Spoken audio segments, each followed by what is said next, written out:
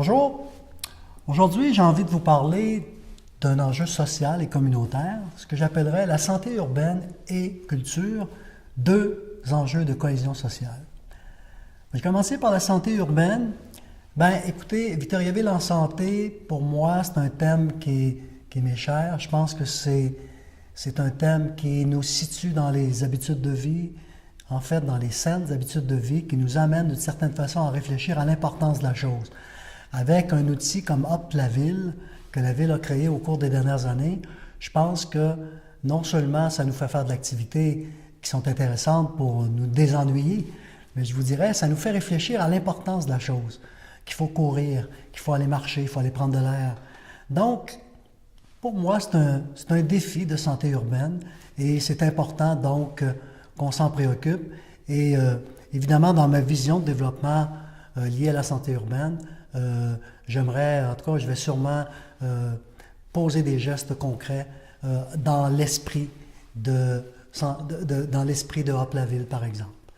Deuxième élément, la culture et le patrimoine. Écoutez, il n'y a pas de culture sans peuple, puis il n'y a pas de peuple sans culture non plus. Je vous dirais que quand la culture est au rendez-vous, on dirait qu'on a une identité qui s'inscrit à l'intérieur et je dirais que Victoriaville a ce sens développé. Je vous dirais qu'il ne s'agit pas seulement d'outils comme on vient de créer, qui est celui du carré 150. Pour moi, ça va plus loin que ça. La culture, c'est l'expression même de ce qu'on est comme individu, de notre langue, de notre être. Mais en même temps, si on veut qu'il y ait de la cohérence, il faut qu'on crée quelque chose qui, dans le fond, s'inscrit dans une politique. Alors, je suis d'avis que d'avoir, pour la ville de Victoriaville, une politique culturelle qui, dans le fond, est en lien direct avec les arts, la musique, la danse, le dessin, les arts visuels, etc. Je pense que c'est quelque chose d'intéressant qui vient nous stimuler pour pouvoir organiser par la suite des plans d'action en ce sens. Je vais également parler de patrimoine. Écoutez, on a réalisé au cours des 2 dernières années 2 PPU, 2 programmes particuliers d'urbanisme, un pour le centre-ville de Victoriaville et un pour le vieil Arthabasca. Tout ça a pour but de valoriser, mais aussi de protéger notre patrimoine urbain.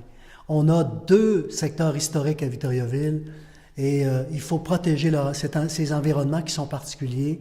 Alors, je considère que ce sont des éléments très, très importants qui viennent en fait nous améliorer notre qualité de vie parce qu'aujourd'hui, on a un carré 150, je dirais qu'on a un outil pour attirer des gens à venir vivre ici parce qu'il y a des spectacles qu'on peut voir, il y a une vie urbaine intéressante, il y a une qualité de vie qui est particulière.